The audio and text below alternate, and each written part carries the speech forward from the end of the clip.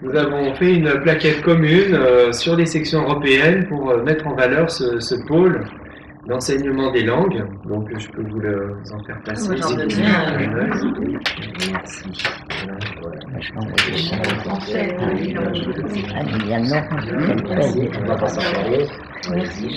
Et puis tout ça bien complété, les documents déjà existants, on a des documents de présentation du lycée.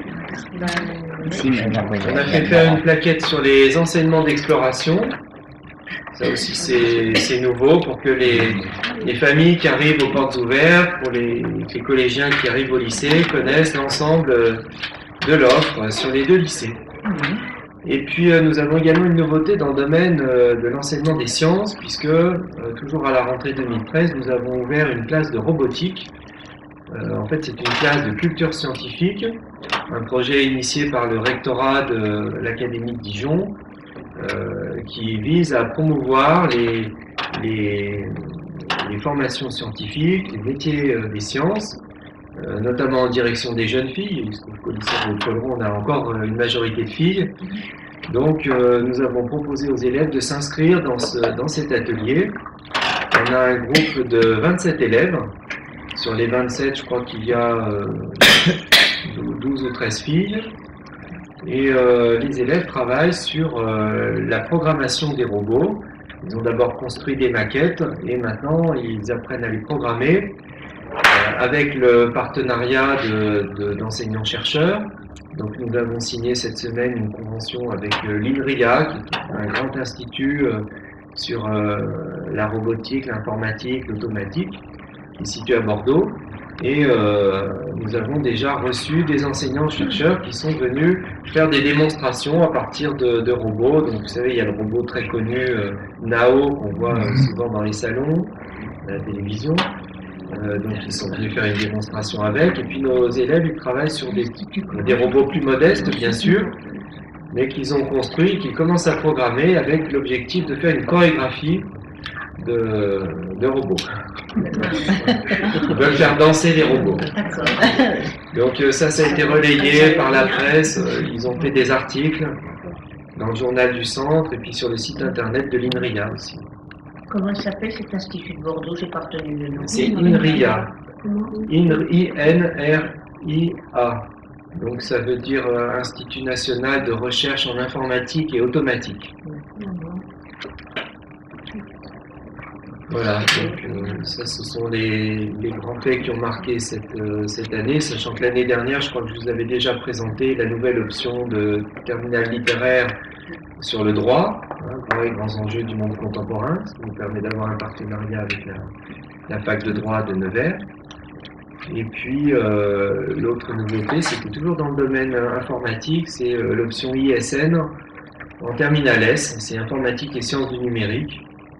Et ça aussi, c'est une option qui est assez intéressante, qui se fait sur les deux lycées, Jules Renard et Raoul Follereau. Donc voilà ce que je pouvais dire. Bon, sinon, on est toujours actif sur les projets liés au développement durable. Ceux que j'ai pu voir tout à l'heure à l'arrivée, je leur ai montré le panneau qui présente la gestion des espaces verts, de la biodiversité, et puis le partenariat avec la Ligue pour la protection des oiseaux. Vous avez pu voir les réalisations des élèves avec les plantations de haies, de fleurs, etc. Donc, il y a d'autres projets qui sont en cours. Et puis, on est aussi un petit peu innovant dans on ne peut pas dire que ce soit complètement innovant, mais on essaie de lancer de nouveaux projets dans le domaine de l'orientation pour favoriser l'orientation des élèves en fin de terminale, en fin de seconde. Donc on a parlé tout à l'heure du forum qui s'est tenu le 15 janvier. Donc c'est un forum qui était à l'initiative de tous les lycées de la Nièvre et qui permettait de mettre en valeur les formations d'enseignement supérieur de la Nièvre. Alors pas seulement des lycées, il y avait aussi les autres lieux de formation, donc l'école d'ingénieurs ISAT, la fac de droit, l'IFSI, l'école d'infirmière. Il y avait également toutes les formations privées, les formations privées d'enseignement supérieur qui étaient accueillies. Mais ça a été une belle réussite, je pense, pour l'ensemble des lycéens nivernais. Il a été des espoirs extérieurs. Voilà. Ah oui. L'objectif, c'était de mettre en valeur les formations du département, mais d'offrir à nos élèves un panorama beaucoup plus large. Donc, lorsqu'une formation n'existait pas dans le département, on faisait appel au reste de l'académie et même aux académies limitrophes. Et puis la semaine prochaine, on refait une porte ouverte pour présenter les filières de baccalauréat à nos élèves de seconde et à leurs parents. Parce qu'on s'aperçoit souvent qu'en fin d'année, les élèves ne connaissent pas très bien l'offre de formation et on a voulu faire une soirée de rencontre avec les parents pour présenter toutes nos filières. Donc ça, c'est une nouveauté aussi pour cette année. Et les effectifs sont stables au niveau des établissements? Oui. Alors, on a déploré il y a 2 ans la fermeture du BTS NRC, négociation relations clients. Donc, on s'attendait à ce que ça entraîne une baisse des effectifs, puisqu'on perdait quand même de ce fait une trentaine d'étudiants. Et finalement, ça fait 2 années qu'on fait un bon recrutement en seconde. Ça nous permet de nous maintenir aux environs de 800 élèves. C'est l'effectif. Oui. Et Jules Renard. À Jules Renard, il y a une augmentation des effectifs. Combien ils sont, Jules? Combien ils sont? À Jules Renard, on était à 780-90 lorsque je suis arrivé. Et là, on est à 840, je crois, ou 850. Et on prévoit encore plus l'année prochaine. Et les autres, c'est dû aux créations de nouvelles sections, ou c'est simplement des sections existantes? Oui, c'est sur les sections existantes. Il y a une post-bac. Oh non, c'est plutôt à l'entrée en cours. Donc, il y a encore des jeunes. Il y a encore des jeunes. Ah À Nevers et dans la Nièvre. On voit bien que le lycée de Nevers attire beaucoup, et au-delà de Nevers, on attire beaucoup d'élèves parce qu'il y a de plus en plus de demandes pour l'internat. On a actuellement 250 élèves internes sur les 2 lycées. Donc nos garçons vont au lycée Jules Renard. Et l'année prochaine, je prévois sans doute d'accueillir quelques filles de Jules Renard ici pour pouvoir augmenter encore la capacité à l'internat. Et je pense qu'il y a beaucoup de jeunes de tout le département qui veulent venir sur les lycées de Nevers. Donc nous, la baisse démographique, on n'en souffre pas vraiment. En revanche, je sais que l'année dernière, il y a eu une fermeture de classe à 2-6, par exemple. Et puis, il y a une baisse d'effectifs au lycée de Cône aussi. Je ne sais pas d'informations sur les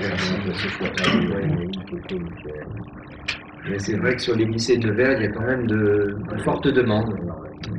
Et là, vous disiez l'évolution aussi des sections spécifiquement au Jules Renard, mais l'augmentation d'élèves, parce que typiquement, les sections scientifiques. Oui. Oui, il y a une progression sur la filière scientifique, filière S, et également sur la nouvelle filière technologique qui s'appelle STI 2D, sciences et technologies industrielles et du développement durable. Parce que les S, ils sont à jour, là, il n'y a pas encore. Si. Cette année. Des options différentes, par contre, par rapport aux secondes options. Non, la carte des options, elle est commune. Oui, c'est bien. Mais il y a la SI, sciences de l'ingénieur, qui est spécifique au lycée Jules Renard. Voilà, ça a une spécificité, ça. Voilà. Mais S, c'est une section commune. Voilà. C'est ça que les gens qui veulent au Jules Renard, tenir en cours, c'est une Non, je pense qu'il y a une forte demande sur le lycée Jules Renard, mais le lycée Raoul Folleron n'en a pas pâti l'année dernière, puisqu'on a vraiment réalisé notre prévision d'effectifs. On n'a pas de souci à ce niveau-là. Il y a beaucoup de classes préparatoires. Les petits plus anciens, donc on se permet de poser des questions super contentes et de Vous avez carrière. toujours ces classes préparatoires qui ont beaucoup de succès pour rentrer dans les grandes écoles. Oui. Non, mais je pense que l'attrait pour Jules Renard, il vient surtout des sections européennes en sciences. Alors à Raoul Follereau, il y a 2 ans, il n'y avait pas de section européenne. Député, là, pour ce Donc maintenant, on en a 2, c'est un progrès. Ah, Mais ce sont des sections qui portent sur d'autres Bien sûr, domaines. Alors, filières. la section euro-italien, elle est ouverte à toutes les filières, mais l'italien, il est quand même un peu confidentiel dans le département. On n'a pas beaucoup de collèges qui nous envoient des élèves en italien. Il y a que le collège Victor Hugo. il y a l'espagnol. Euh, En gros, il y a 300 C'est ça, oui, tradition, établissement italien, c'était aussi une tradition d'établissement. C'est pas Alors, bon, il y a Victor un- Hugo, il y a C'est 300 pas, il n'y a élèves. pas beaucoup d'élèves, en fait. À Victor pas Hugo. beaucoup, oui, ça doit être C'est pour ça qu'à potentiel, les collèges, vous n'avez pas, ça ne sont pas nombreux. Non, c'est pas énorme. Il y a un autre collège, alors ça m'échappe.